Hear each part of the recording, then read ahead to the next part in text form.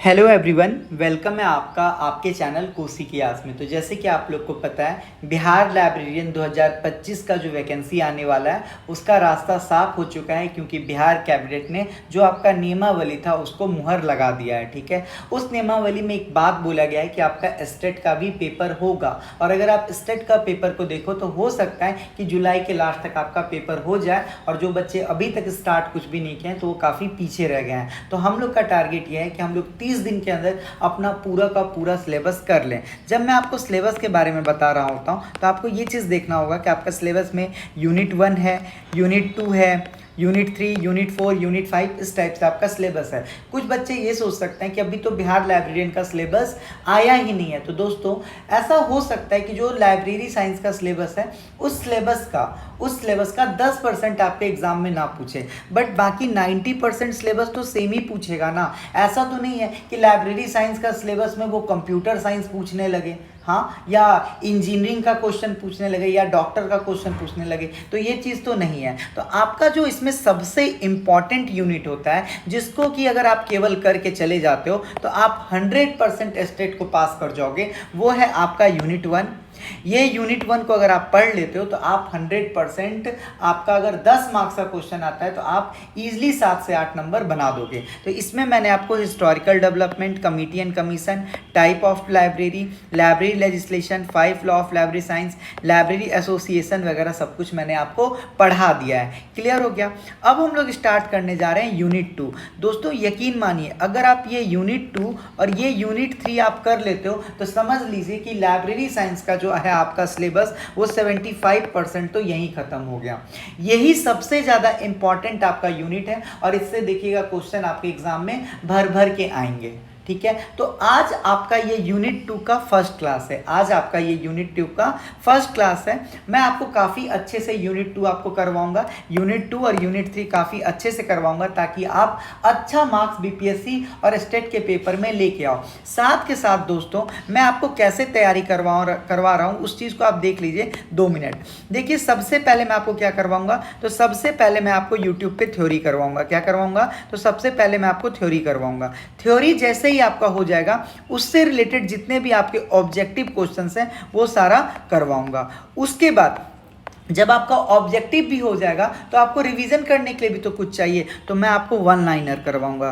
कितना one liner करवाओगे sir, तो मैं टोटल 12,000 वन लाइनर करवाऊंगा। तो आप खुद सोचिए, आप थ्योरी कर रहे हो, आप ऑब्जेक्टिव कर रहे हो, और आप वन लाइनर कर रहे हो।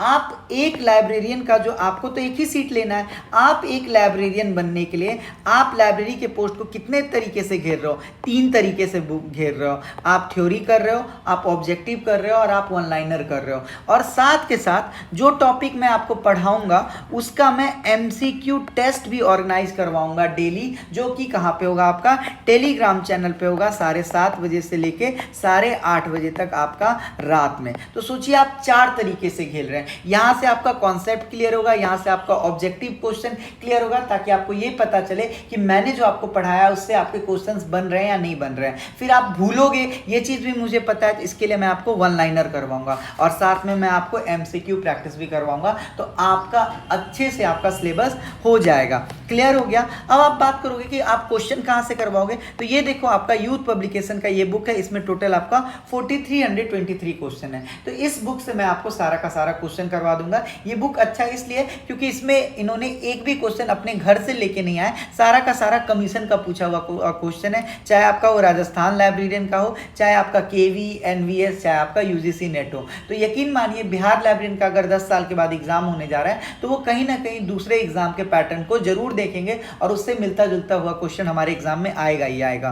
तो 4000 क्वेश्चन ये हुआ, और 12,000 आपका वन लाइनर हुआ। यानी हम लोग एग्जाम से पहले तक 16,000 क्वेश्चन और थ्योरी करके जाएंगे, और साथ में टेस्ट देके जाएंगे। तो आप खुद बताइए कि आपका 100% रिजल्ट होगा या नहीं होगा, तो आप जरूर बोलोगे हाँ होगा। दूसरा चीज, मैं इस क्लास को आपको डेली लूंगा, लेकिन आपसे बस एक रिक्वेस्ट है दोस्तों, कोई आपका मेहनत नहीं करना होता है। अगर आप क्लास कर लेते हो तो आप नीचे कमेंट में लिख दिया करो, yes sir I have done this, या yes sir I have completed this. इससे क्या होता है, एक मोटिवेशन आता है, और आपके लिए मैं आपको ये चीज़ें 30 दिन के अंदर कंप्लीट करवा दूंगा, तो आपको काफ़ी अच्छा लगेगा। ये जो 12,000 वाला क्वेश्चन है ये भी मैं आपको कोशिश करूंगा कि 30 दिन के अंदर कंप्लीट करवा दूं। दूसरा चीज़ ये है कि देखो मैं आपको कैसे पढ़ाऊंगा, तो काफ़ी वेल ऑर्गेनाइज मैनर में मैं आपको पढ़ा रहा हूँ। ये देखो आपका कंप्लीट नोट्स है। इस नोट्स को क्या किया गया है, इस नोट्स को आपको हैंड रिटन फॉर्म में बनाया गया है। ये आपका हैंड रिटन नोट्स है। इसको इसीलिए बनाया गया है ताकि बुक में क्या होता है, बुक में कभी कभी क्या होता है, डेट आगे पीछे होता है, जो इंपॉर्टेंट चीज़ें होता है वो आपका नहीं होता। इंपॉर्टेंट चीज़ तो होता ही है और उसके साथ साथ जो आपके एग्जाम में नहीं भी आना है वो भी होता है, यानी कंटेंट बहुत ज़्यादा होता है। और दोस्तों यकीन मानिए, हमको बिहार में लाइब्रेरियन बनना है। अभी हमारा टारगेट प्रोफेसर बनना नहीं है, अभी हमारा टारगेट यूजीसी नेट निकालना नहीं है। ठीक है, आज ये फर्स्ट क्लास होने जा रहा है यूनिट 2 का, इसीलिए मैं आपको ये चीज़ बता रहा हूँ। तो ये आपका कंप्लीट नोट्स है यूनिट 1 का, जो कि आपका हिंदी और इंग्लिश दोनों में है। इस नोट्स को इसी टाइप से बनाया गया है ताकि जो आप लोग को डेट्स वगैरह का दिक्कत होता है तो वो ना हो। इस नोट्स में देखिए मैंने इमेज वगैरह सब कुछ ऐड कर दिया है ताकि आपको पढ़ने में काफ़ी मजा आए। इस नोट्स को क्या कीजिए, आप प्रिंट आउट करवा लीजिए और मेरे साथ लेक्चर को करते जाइए। साथ में आप हाईलाइटर रखिए और इस टाइप से आप हाईलाइट करते हुए पढ़िए ताकि आपको जो भी इंपॉर्टेंट चीज़ लगे उसको क्या कर लो, आप मार्क कर लो। ये नोट्स जो है आपका हिंदी और इंग्लिश दोनों में अवेलेबल है। ठीक है, अगर आप हिंदी वाले नोट्स का डेमो देखना चाहते हो तो देख सकते हो, ये आपका हिंदी और इंग्लिश में दोनों नोट्स है। आई होप आपको ये बात क्लियर हो गया होगा हिंदी का नोट्स कैसा दिख रहा है। ठीक है, तो चलिए हम लोग आज का अपना क्लास स्टार्ट करते हैं। ठीक है, ये आपका कंप्लीट यूनिट 1 हो चुका है। अब देखिए, अब हम लोग यहाँ से यूनिट 2 स्टार्ट करने जा रहे हैं, यूनिवर्स ऑफ नॉलेज। ठीक है, और ये देखिए आपका यूनिवर्स ऑफ नॉलेज का जो नोट्स है ये काफ़ी अच्छे से इसको तैयार कर लिया गया है। देख रहे हो आपको, तो आप डेमो मत मांगा कीजिए, आपको मैंने इसीलिए डेमो यहीं पे दिखा दिया। तो आइए दोस्तों, हम लोग यूनिट 2 को स्टार्ट करने जा रहे हैं और यकीन मानिए अगर आप यूनिट 2 को अच्छे से कर लेते हो तो आपका लाइब्रेरी साइंस का जो डर है वो सारा का सारा खत्म हो जाएगा। यूनिट 2 अपने आप में लाइब्रेरी साइंस का सबसे इंपॉर्टेंट यूनिट है। अगर आपको ये क्लियर हो जाता है तो आप यकीन मानिए, ना तो आपको एस्टेट में दिक्कत होगा ना तो आपको बीपीएससी में दिक्कत होगा। 20 से 25 मार्क्स के क्वेश्चन आपको इससे आएंगे और ये बहुत ही इंपॉर्टेंट रोल प्ले करता है। इसको समझाना भी थोड़ा सा कठिन होता है और इसको समझना भी थोड़ा सा कठिन होता है, लेकिन हम लोग बहुत ही बेहतरीन ढंग से करेंगे कि आपका सारा का सारा डाउट क्लास में ही समझ में आ जाए और हम लोग इसको हिंदी और इंग्लिश दोनों में करने वाले हैं। ठीक है, तो देखो हम लोग कैसे करेंगे। मैंने आपके लिए ये नोट्स तो बना के लिए ही आया हूं, लेकिन मैं आपको पहले एक एक चीज का नोट्स को एक एक चीज को लिख के बताऊंगा, समझाऊंगा, उसके बाद इस नोट से भी समझाऊंगा कि इस नोट्स में जो ये चीजें लिखा हुआ है इसका क्या मतलब है। इस नोट्स में मैंने पहले से इसलिए से लिख के रखा है ताकि आपका टाइम बच जाए और आप वही चीज पढ़ो जो एग्जाम में आता है। फालतू का चीज पढ़ के कोई फायदा नहीं है, क्योंकि आपको लाइब्रेरी साइंस का ऑब्जेक्टिव सॉल्व करना है, ना कि वहां पे थ्योरी लिखना है। ठीक है, तो चलिए स्टार्ट करते हैं यूनिवर्स ऑफ नॉलेज। तो हमारे सामने जो पहला शब्द आता है वो यही आता है, यूनिवर्स ऑफ नॉलेज। क्या होता है इसका मतलब यूनिवर्स ऑफ नॉलेज का? तो यकीन मानिए दोस्तों, यूनिवर्स ऑफ नॉलेज का हिंदी में जो मतलब होता है वो होता है आपका ज्ञान जगत। यूनिवर्स ऑफ नॉलेज का हिंदी में जो मतलब होता है वो होता है आपका ज्ञान जगत। और अगर हम नॉलेज का बात करते हैं, नॉलेज, तो नॉलेज का क्या मतलब होगा? तो नॉलेज का जो मतलब होता है, नॉलेज का हिंदी में जो मतलब होता है वो होता है ज्ञान। नॉलेज का क्या मतलब होता है? ज्ञान। और ये ज्ञान हम लोग कहाँ से अर्जित करते हैं? तो ये ज्ञान जो होता है दोस्तों, ये हम लोग अपने आसपास के सराउंडिंग से ऑब्जॉर्व करते हैं। ठीक है, हम अपने सराउंडिंग से जो है वो ज्ञान को क्या करते हैं? अर्जित करते हैं। जो आपका ज्ञान होता है, जो आपका ज्ञान होता है, ये किसके द्वारा अर्जित किया जाता है दोस्तों? तो याद रखिएगा, हमारे शरीर में जो मनुष्य हैं उनके शरीर में क्या होता है? सेंसरी ऑर्गन होता है। सेंसरी ऑर्गन क्या करता है? जो आपका ज्ञान होता है उसको अर्जित करने में हमारे मस्तिष्क को, यानी हमारे ब्रेन को क्या करता है? हेल्प करता है। ठीक है, कैसे हेल्प करता है सर? तो देखो, अगर हम सेंस ऑर्गन का बात करें तो सेंस ऑर्गन में कैसे हो गया? जैसे ईयर हो गया, तो ईयर, अभी जो आपका कान है, अभी जो मैं बोल रहा हूं कि देखो नॉलेज का मतलब ज्ञान होता है, तो आपको ये इंफॉर्मेशन प्राप्त हुआ, आपको ये ज्ञान हुआ कि नॉलेज का मतलब ज्ञान होता है। आपको जितनी सारी बातें मैंने अभी बताई, ठीक है, तो ये आप जो देख पा रहे हो या सुन पा रहे हो, सुनते से आपके दिमाग में जा रहा है, तो ये ईयर है, ये आपका कान है जो आपको ये इंफॉर्मेशन को आपके दिमाग तक पहुंचा रहा है। अभी जो मैं ये लिख रहा हूं, ये आपका आंख है जो आपके दिमाग तक इस इंफॉर्मेशन को पहुंचा रहा है।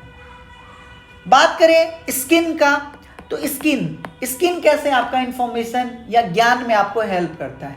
मानो खौलता हुआ दूध है, आप किचन गए, किचन में क्या है, खौलता हुआ दूध है, उस खौलते हुए दूध में आप उंगली डाल दिए तो स्वाभाविक सा बात है आप पक जाओगे। आप अगली बार से वो काम नहीं करोगे।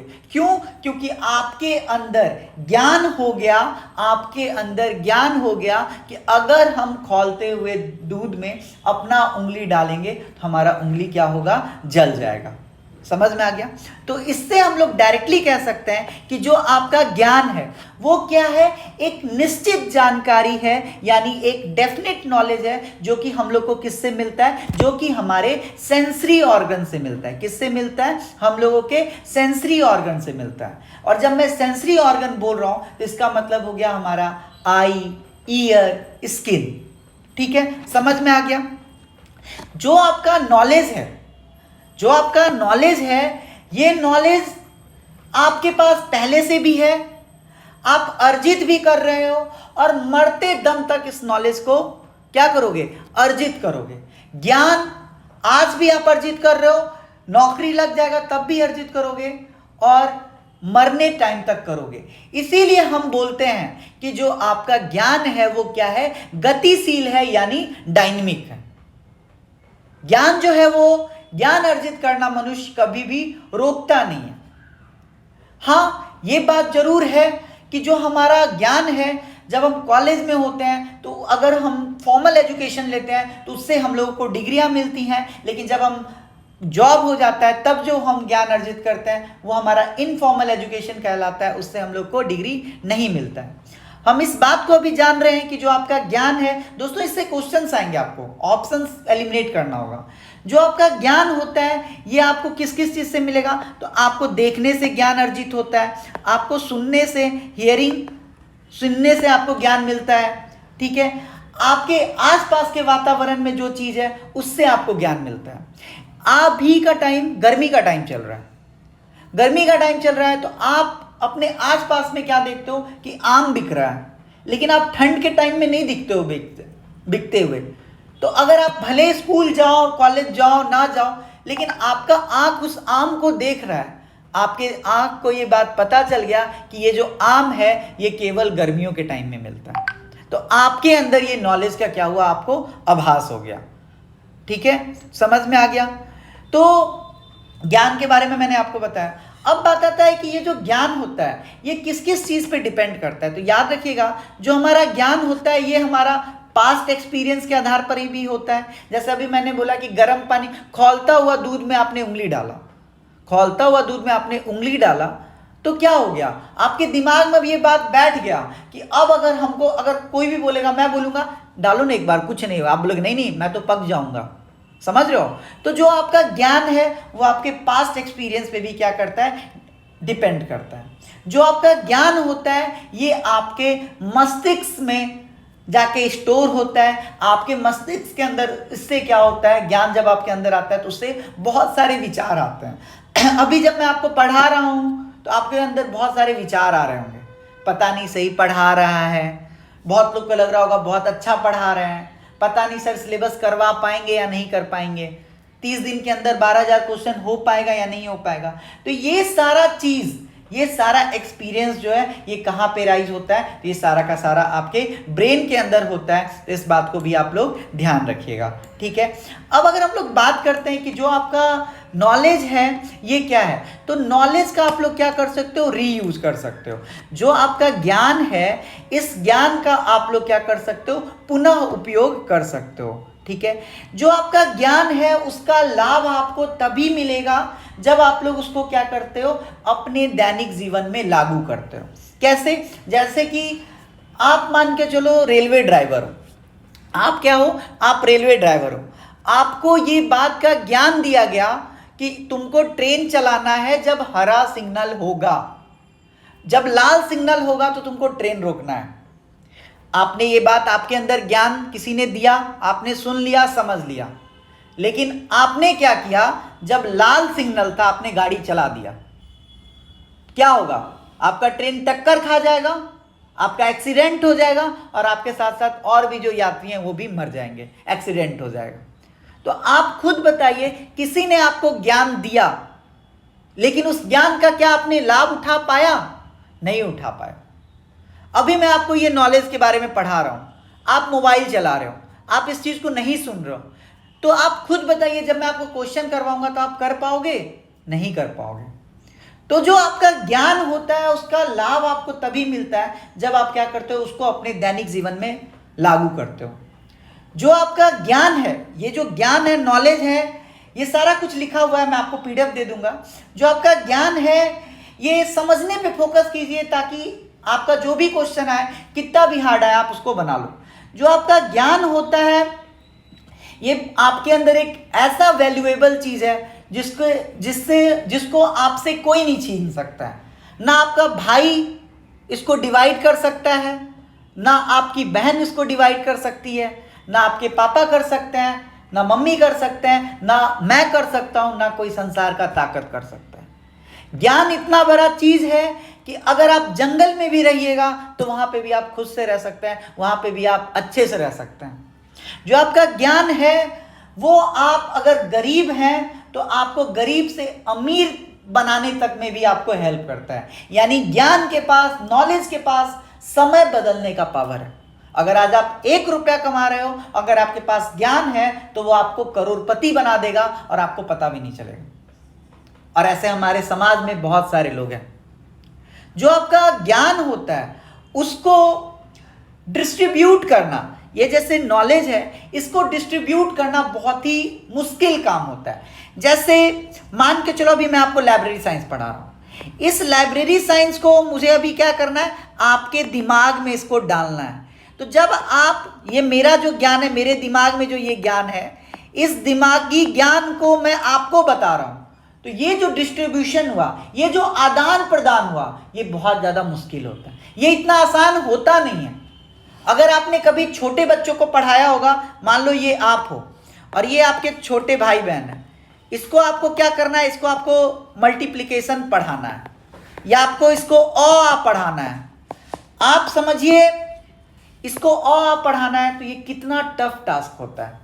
इस छोटे बच्चे को अगर अ पढ़ाना हो तो कितना टफ टास्क होगा, है ना। आप चाहेंगे कि इसके ये बहुत जल्दी सीख ले, लेकिन ये जो है ये व्यक्ति बहुत ही जल्दी नहीं सीख पाएगा, ये बच्चा नहीं सीख पाएगा। इसी वजह से जो ज्ञान का डिस्ट्रीब्यूशन होता है वो बहुत ही ज़्यादा क्या होता है, हार्ड होता है। जो आपका ज्ञान है वो आपको क्या करता है, आपको एक समझदार, एक प्रभावशीलता वाला व्यक्ति बनाता है। यानी अगर आपके अंदर नॉलेज है तो जिस सोसाइटी में भी रह रहे हो, जिस गांव में रह रहे हो, उस गांव के लोग आपका इज्जत करेंगे। जहां भी रह रहे हो लोगों को लगेगा कि हाँ ये व्यक्ति जो बात बोल रहा है वो क्या कर रहा है, सही बोल रहा है, गलत नहीं बोल रहा है। आई होप आपको ये बात समझ में आया होगा। जो आपका ज्ञान होता है ये आपको उच्च शिक्षा को ग्रहण करने के लिए हेल्प करता है। तो ये सारी बातें थी हम लोग का ज्ञान का। अब हम लोग जानते हैं कि ज्ञान का जो प्रकार होता है वो कितने टाइप का होता है। अब हम लोग अपने नोट से पढ़ लेते हैं कि हमारे नोट्स में ज्ञान जगत यानी यूनिवर्स ऑफ नॉलेज का डेफिनेशन क्या है। देखिए क्या कहता है, मानव अपने सामाजिक जीवन को उन्नत बनाने वाला। आइए अब हम लोग देखते हैं कि हमारे नोट्स में यूनिवर्स ऑफ नॉलेज यानी ज्ञान जगत के बारे में क्या बात बताया गया है। तो देखिए जो आपका मानव होता है, जो आपका मानव अपने सामाजिक जीवन को उन्नत बनाने वाले ज्ञान जगत का सहारा लेता है। यानी जो मनुष्य है वो अपने सामाजिक जीवन को बेहतरीन बनाने के लिए ऐसा ज्ञान अर्जित करता है जो उसके सामाजिक जीवन को क्या करे, अच्छा बनाए। जैसे दोस्तों हम लोग पढ़ाई करते हैं, हम लोग क्या पढ़ते हैं, मैथ पढ़ते हैं, रीजनिंग पढ़ते हैं, इंग्लिश पढ़ते हैं, ठीक है। तो चलो मैथ का यूज़ तो ज़िंदगी भर होगा, है ना।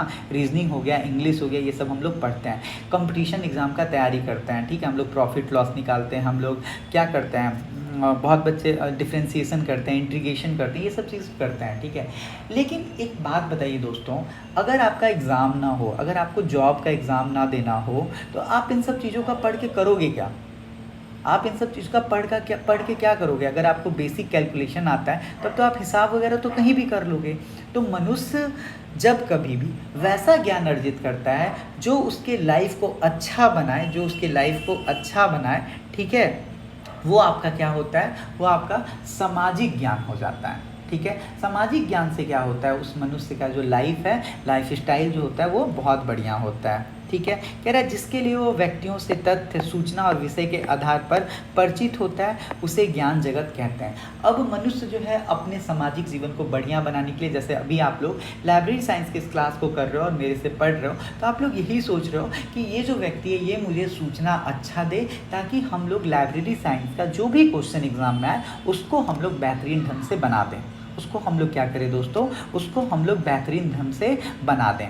ठीक है, तो आप क्या कर रहे हो, आप एक तरह से सूचना और विषय को क्या कर रहे हो, सूचना और विषय को एक तरह से कलेक्ट कर रहे हो। क्या कर रहे हो, एक तरह से कलेक्ट कर रहे हो। ठीक है, समझ में आ गया। तो वही कह रहा है मानव अपने सामाजिक जीवन को उन्नत बनाने वाले ज्ञान जगत का सहारा लेता है, जिसके लिए वह व्यक्तियों से तथ्य, सूचना और विषय के आधार पर परिचित होता है। जैसे अभी आपको मैं क्या कर रहा हूँ, लाइब्रेरी साइंस से एक तरह से रूबरू ही तो करवा रहा हूँ। आप बोलोगे हाँ सर आप मुझे लाइब्रेरी साइंस से रूबरू करवाओ। अभी मैंने आपको बताया, देखो यूनिट 2 आपका क्या है, यूनिवर्स ऑफ नॉलेज है। इसको आप पढ़ लोगे तो आपका 20 नंबर आ जाएगा। तो एक तरह से क्या था, एक तरह से मैंने आपको क्या किया, तथ्य सूचना का जानकारी आपको दिया, आपको रूबरू करवाया कि देखो बाबू ये तुम पढ़ लोगे तो तुमको 20 मार्क्स आ जाएगा। क्लियर हो गया। उसे ही हम लोग क्या कहते हैं, ज्ञान कहते हैं। ज्ञान जगत जो आपका ज्ञान जगत होता है वो आपका अनुभव से वस्तु का निर्माण करता है, वो व्यक्तियों से परिचित होता है और अनुभव के आधार पर सीखता है। वास्तव में ज्ञान जगत की श्रेणी में शामिल होता है। यानी जो आपका ज्ञान है वो आप अनुभव के आधार पर सीखते हो, किसी से पढ़ के सीखते हो, सुन के सीखते हो, वातावरण से सीखते हो। तो मैंने एक एक बात आपके नोट्स में ये चीज़ लिख दिया है। अब हम लोग बात करते हैं ज्ञान जगत का क्षेत्र। जो आपका ज्ञान जगत है, जो आपका यूनिवर्स ऑफ नॉलेज है, उसका एरिया क्या क्या है। तो दोस्तों याद रखिएगा, अगर आप समाज, जो आपका समाज है यानी जो आपका सोसाइटी है, सोसाइटी प्लस अगर ह्यूमन को मिला देते हो तो आपका क्या बन जाता है, आपका जो विषय बनता है वो हो जाता है आपका सोशल साइंस। हिंदी में अगर बात करें, अगर हम समाज के साथ साथ मानव को जोड़ दें तो जो आपका बनता है वो आपका क्या बन जाता है, सामाजिक विज्ञान। एग्जाम में क्वेश्चन पूछा था, अगर हम समाज को और मानव को एक साथ जोड़ दें तो हमारा क्या बनेगा, तो आपका राइट आंसर हो जाएगा सामाजिक विज्ञान, यानी इंग्लिश में बात करें तो आपका हो जाएगा सोशल साइंस। अगर हम केवल मानव प्लस मानव को जोड़ते हैं दोस्तों तो ये आपका हिंदी में क्या बन जाता है, मानविकी, और इंग्लिश में बात करें तो ये बन जाता है आपका ह्यूमैनिटीज़। मानव प्लस मानव, जो आपका ह्यूमैनिटीज़ होता है इसमें क्या होता है, इसमें हम लोग एटीट्यूड, मैनेजमेंट वगैरह के बारे में पढ़ाते हैं कि किसी को मैनेज करना है। जैसे देखते होगे जो बड़े बड़े कंपनी में HR वगैरह होता है वो क्या किया होता है, MBA किया होता है। ठीक है, उसका क्या काम होता है कि जैसे एक ये आपका क्या है, ये बॉस है और इसके पास आपके 20 एम्प्लॉय हैं। हो सकता है किसी एम्प्लॉय को काम करने के लिए थोड़ा सा डांट देंगे, तुम काम क्यों नहीं कर रहा, तो उसको तुरंत गुस्सा आ जाए, कोई रोने लगे, कोई एकदम तुरंत डर के मारे काम करने लगे। तो इतना सारा भावना है, उसको मैनेज करने के लिए जिसमें आपको पढ़ाया जाता है वो क्या होता है, आपका ह्यूमैनिटीज़ होता है। लैंग्वेज के बारे में सिखाया जाता है कि आपको कैसे किसी से बात करना है, आपका एटीट्यूड क्या होगा, आपके अंदर पर्सनैलिटी डेवलपमेंट क्या होगा, ये सारा आपका ह्यूमैनिटीज़ के अंदर पढ़ाया जाता है। जब हम प्रकृति प्लस मानव को एक साथ जोड़ते हैं तो ये आपका क्या बन जाता है, प्रकृति विज्ञान बन जाता है, यानी आपका नेचुरल साइंस हो जाता है। नेचुरल साइंस में ही आपका मैथ, फिजिक्स, केमिस्ट्री, बायोलॉजी आ जाता है। तो हमने क्या बोला, समाज प्लस मानव को जोड़ दोगे तो आपका सामाजिक विज्ञान बन जाएगा, मानव प्लस मानव को जोड़ दोगे तो आपका मानविकी बन जाएगा, और अगर आप लोग प्रकृति प्लस मानव को जोड़ दोगे तो आपका प्राकृतिक विज्ञान बन जाएगा, यानी आपका नेचुरल साइंस बन जाएगा। क्लियर हो गया इतना बात। अब हम लोग जानते हैं कि कुछ महान हस्ती, बहुत महान फिलोसफर जो है उन्होंने ज्ञान के बारे में क्या बोला, ज्ञान का डेफिनेशन उन्होंने क्या दिया। तो देखो दोस्तों, जो आपका राइल है उसके अनुसार जो आपका ज्ञान जगत है, जो आपका राइल है उसके अनुसार जो ज्ञान जगत है, उससे तात्पर्य ये है कि जो मनुष्य है, मनुष्य की अपनी क्षमताओं से, यानी जो राइल थे उन्होंने ये बोला कि ज्ञान जगत का मतलब यानी यूनिवर्स ऑफ नॉलेज का मतलब है कि जो मनुष्य है उसका क्षमता क्या है, ये यही बात डिपेंड करेगा कि उस आदमी के अंदर कितना ज्ञान है। समझ में आ रहा है, राइल ने यही बात बोला था। बस आपको ये स्टेटमेंट याद कर लेना है, आपको स्टेटमेंट पहचानने के लिए आएगा कि राइल ने यूनिवर्स ऑफ नॉलेज का क्या परिभाषा दिया था। तो राइल ने यही बात बोला था कि ज्ञान जगत का मतलब है कि जो मनुष्य है उसका अपना क्षमता क्या है। ज्ञान जगत का मतलब है कि जो मनुष्य है उस मनुष्य का अपना क्षमता क्या है। यही बात किसने बोला था, तो यही बात आपका राइल ने बोला था। ठीक है, बात करते हैं रासेल के अनुसार। तो रासेल के अनुसार इन्होंने बोला था कि जो आपका ज्ञान है ये क्या है, आपका एक न्यायपूर्वक सत्यता पर आधारित विश्वास का दूसरा नाम है। कैसे, जैसे मैं अभी आपको पढ़ा रहा हूँ तो आपको ये बात का भरोसा कहीं ना कहीं है कि ये व्यक्ति हमको गलत नहीं पढ़ाएगा, या टीचर से ही आप पढ़ते हो, कहीं भी पढ़ते हो तो आपको ये भरोसा रहता है कि नहीं ये व्यक्ति हमको हमारे मुकाम पे पहुँचाएगा। तो यही है रसेल के अनुसार जो आपका ज्ञान है वो क्या है, आपका एक न्यायपूर्वक सत्यता पर आधारित एक विश्वास का दूसरा नाम है। अगर आपके अंदर ये विश्वास है कि अगर हम लाइब्रेरी साइंस को पढ़ लेंगे तो अगर हम एग्जाम में लाइब्रेरी साइंस से कोई भी क्वेश्चन आएगा तो हम गलत नहीं करेंगे। अगर हमारे अंदर ज्ञान है तो आपके अंदर एक विश्वास है कि हम कभी भूखे नहीं रहेंगे। तो रसेल ने यही बात कहा था कि जो आपका ज्ञान है ये क्या है, आपका एक न्यायपूर्वक सत्या पर आधारित एक विश्वास का दूसरा नाम है। तो आपसे पूछेगा कि जो आपका ज्ञान है, ठीक है, जो आपका ज्ञान है वो क्या है, एक न्यायपूर्वक सत्यता पर आधारित विश्वास का दूसरा नाम है। ये किसने बोला, तो आप क्या बोल दोगे, रासेल ने बोला।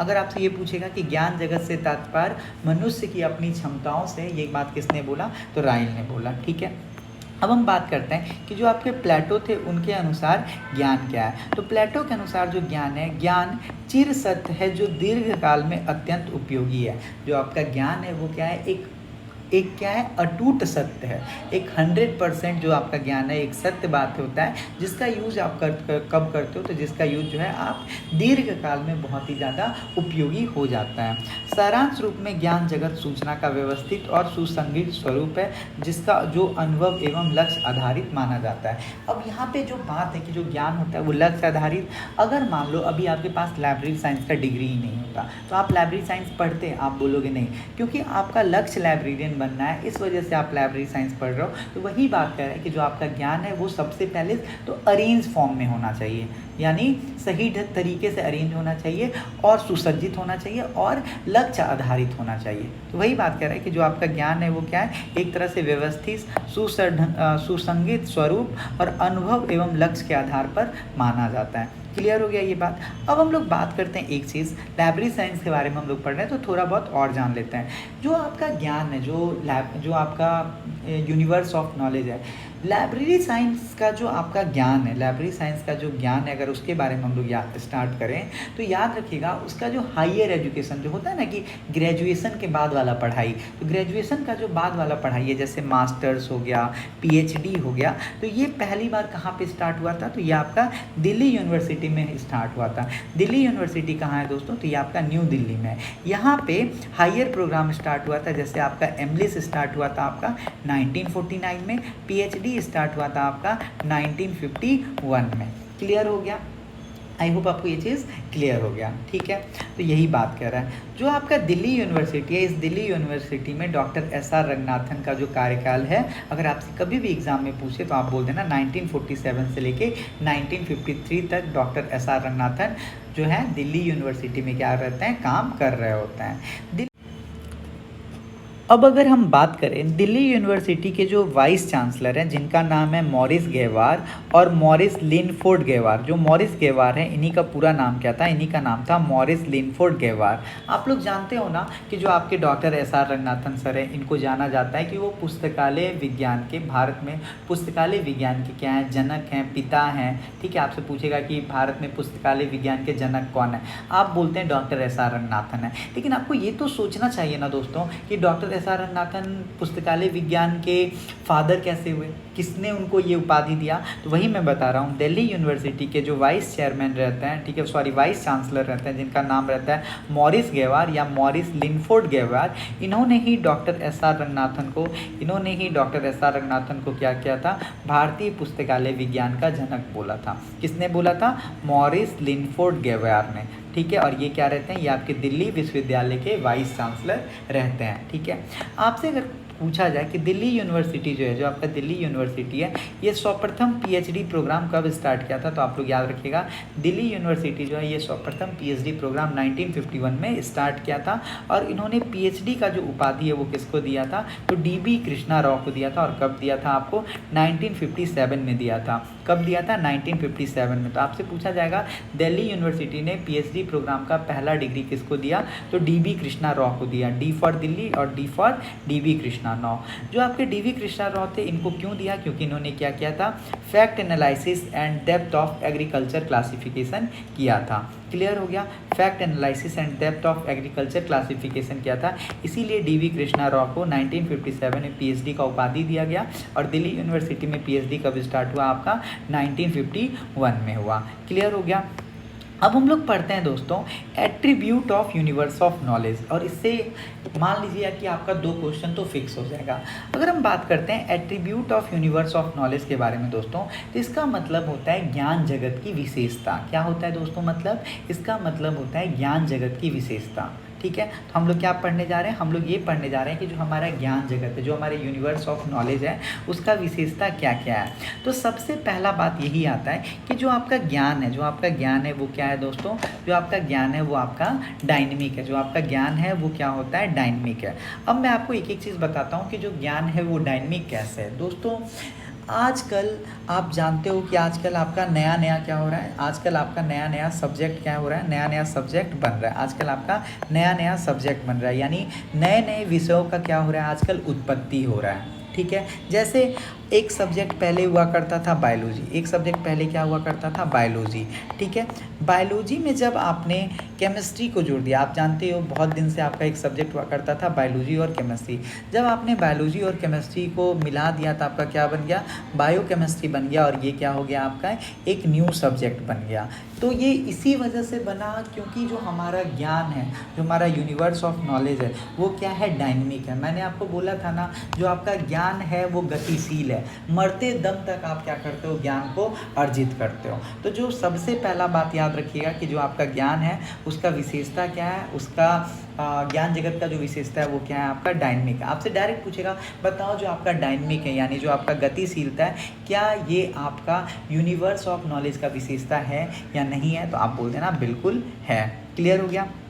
फिर हम लोग बात करते हैं किसके बारे में? फिर हम लोग बात करते हैं निरंतरता के बारे में। किसके बारे में हम लोग बात करते हैं? निरंतरता के बारे में। इसका इंग्लिश में बात करें, थोड़ा मेरा हिंदी का प्रोनाउंसिएशन खराब है तो आप मैनेज कर लेना। निरंतरता का बात करें तो ये हो जाता है आपका कंटिन्यूटी। क्या हो जाता है दोस्तों? आपका कंटिन्यूटी।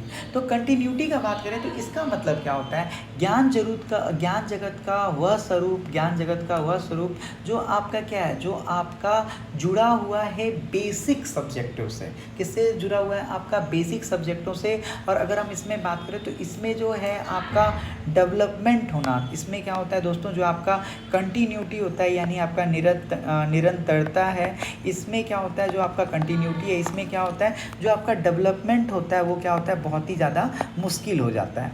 जो आपका निरंतरता है, कंटिन्यूटी होता है, इसमें क्या होता है? आपका डेवलपमेंट होना बहुत ही ज़्यादा मुश्किल हो जाता है। कैसे? जैसे आपका मान लीजिए हिस्ट्री है, तो हिस्ट्री के अंदर आप क्या डेवलप कीजिएगा? आप खुद सोचिए, हिस्ट्री के अंदर आप क्या शोध कीजिएगा? हिस्ट्री तो हिस्ट्री है। जो अकबर आया था, अंग्रेज आया था, बाबर आया था, तो वो तो आ चुका है, उसके बारे में तो आपने ऑलरेडी ढूंढ लिया है। जैसे आपका सब्जेक्ट है सोशल साइंस, तो इस सोशल साइंस में आप ज़्यादा से ज़्यादा हिस्ट्री में क्या कीजिएगा? जो आपका पॉलिटी है उसमें आप क्या कीजिएगा? तो कुछ सब्जेक्ट हमारे पास आज भी हैं ऐसे, जिसमें क्या होता है? रिसर्च करना जो होता है आपका मुश्किल होता है। क्या होता है? रिसर्च करना, जो शोधकार होता है वो क्या होता है? बहुत ही ज़्यादा मुश्किल होता है। आज भी आपके 2 टाइप के ऐसे हैं जिसमें क्या होता है? संशोधन नहीं हुआ है। ठीक है, तो लेकिन फिर भी आज इसके अंदर क्या हो रहा है? रिसर्च हो रहा है। नहीं इसके अंदर होना चाहिए, लेकिन फिर भी आज इसके अंदर क्या हो रहा है? रिसर्च हो रहा है, यानी कंटिन्यू रिसर्च हो रहा है। ठीक है, तो आपका ये हो गया कंटिन्यूटी। लेकिन इसमें आप याद रखिएगा कि 60% जो आपका कंटिन्यूटी के अंदर जो विषय है वो ऐसा है जिसके अंदर हम लोग क्या कर सकते हैं? चेंजेस नहीं कर सकते हैं। जब चेंजेस नहीं कर सकते हैं फिर भी हम लोग जो 40% हुआ उसको हम लोग करने के लिए क्या करते हैं? शोध कार्य करते हैं, और बहुत मेहनत करने के बाद हम लोग कुछ चेंज कर पाते हैं। तो आपका कंटिन्यूटी भी हो गया। अब हम लोग किसके बारे में पढ़ेंगे दोस्तों? अब हम लोग पढ़ेंगे इन्फिनिटी के बारे में। मैंने आपको डायनेमिक पढ़ा दिया, मैंने आपको निरंतरता पढ़ा दिया, अब मैं आपको पढ़ा रहा हूँ इन्फिनिटी। दोस्तों जो आपका इन्फिनिटी होता है इसका मतलब होता है गहराई। इन्फिनिटी का मतलब क्या होता है दोस्तों? इसका मतलब होता है गहराई। इन्फिनिटी का मतलब होता है कि जो आपका ज्ञान का अर्जन है वो आपका कभी समाप्त नहीं होने वाला भूख है। आप खुद सोचिए, ज्ञान का अर्जन कभी समाप्त हो सकता है क्या? नहीं हो सकता है। मान लो कोई आदमी व्यक्ति बूढ़ा है, ठीक है, उसको कैंसर नामक बीमारी हो जाता है, तो उसके अंदर बहुत जगेगा ना कि हम कैंसर के बारे में जानें। लेकिन उसको पहले तो बस इतना पता था अच्छा कैंसर ये बीमारी होता है, लेकिन जब उसको वो बीमारी होगा तो उसके बारे में वो जानने का कोशिश करेगा कि कितना दिन हम बचेंगे, कौन कौन सा दवा चलता है, कौन सा इलाज होता है, ठीक है। तो जो आपका इन्फिनिटी है यानी अनंतता है, ये कभी नहीं समाप्त होने वाला क्या है? एक तरह का ज्ञान है। इसके अंदर जो विषय होते हैं वो क्या होते हैं? समोविसित रहते हैं, ठीक है, समझ में आ गया। इसके अंदर गहराई होता है। जैसे आपका लाइब्रेरी है, लाइब्रेरी से आपका क्या बना? एकेडमिक लाइब्रेरी, एकेडमिक लाइब्रेरी से आपका यूनिवर्सिटी लाइब्रेरी, और उससे फिर आपका राजस्थान यूनिवर्सिटी लाइब्रेरी। फिर जैसे एग्जाम्पल और लूँ तो देखो, पहले क्या होता था? हमारे पास फिजिक्स होता था। फिजिक्स की मदद से हमने क्या किया? हमने विद्युत का खोज किया, हमने इलेक्ट्रिसिटी का क्या किया? खोज किया। जब हमने इलेक्ट्रिसिटी का खोज किया तो फिर हमारे पास आ गया रेडिएशन। हमने किसका फिर खोज कर लिया? हमने रेडिएशन का खोज कर लिया। फिर उसके बाद क्या होता है दोस्तों? फिर उसके बाद आप लोग याद रखिएगा, फिर उसके बाद हमने क्या किया? अपना मोबाइल का खोज किया। क्या किया हमने? मोबाइल का खोज किया। तो आखिर ये आज हमारा इन्फिनिटी का दिन है, आपकी फिजिक्स का गहराई का दिन है। फिजिक्स पे रिसर्च होता गया और आज हम लोग फिजिक्स से पहले विद्युत खोजे, विद्युत से हम लोग रेडिएशन खोजे, और रेडिएशन से फिर हम लोग मोबाइल तक आज पहुँच गए। तो ये क्या है? आपका शोध का परिणाम है। तो ये भी आपका क्या हो गया? निरंतरता हो गया। और इसके अंदर क्या होता है दोस्तों? आपका अनंतता हो गया, इन्फिनिटी हो गया, और इसके अंदर क्या होता है? गहराई होता है। फिर हम लोग बात करते हैं किसके बारे में? मल्टी डायमेंशनल के बारे में, बहुआयामी, ठीक है। इसमें क्या होता है? जो आपका ज्ञान जगत होता है, जो आपका ज्ञान जगत होता है, वो क्या होता है? आपका मल्टीपल रिस्पेक्ट में होता है। इसके बारे में डॉक्टर SR रंगनाथन ने क्या दिया था? PMECT दिया था। आपसे एग्जाम में क्वेश्चन पूछता है, जो आपका PMECT है ये आपका यूनिवर्स ऑफ नॉलेज का किसका विशेषता है? तो आप लोग बोल दोगे ये आपका मल्टी डायमेंशनल का क्या होता है? विशेषता होता है। आपसे पूछेगा PMECT क्या होता है, तो आप बोल देना इन्होंने डॉक्टर SR रंगनाथन ने कोलोन क्लासिफिकेशन में, डॉक्टर SR रंगनाथन ने कोलोन क्लासिफिकेशन में क्या दिया था? आपका PMECT दिया था। जो आपका PMECT है इसका फुल फॉर्म क्या होता है? P से पर्सनैलिटी, M से मैटर, E से एनर्जी, S से स्पेस, T से आपका टाइम, ठीक है। और ये क्या था? आपका 5 फंडामेंटल कैटेगरी था।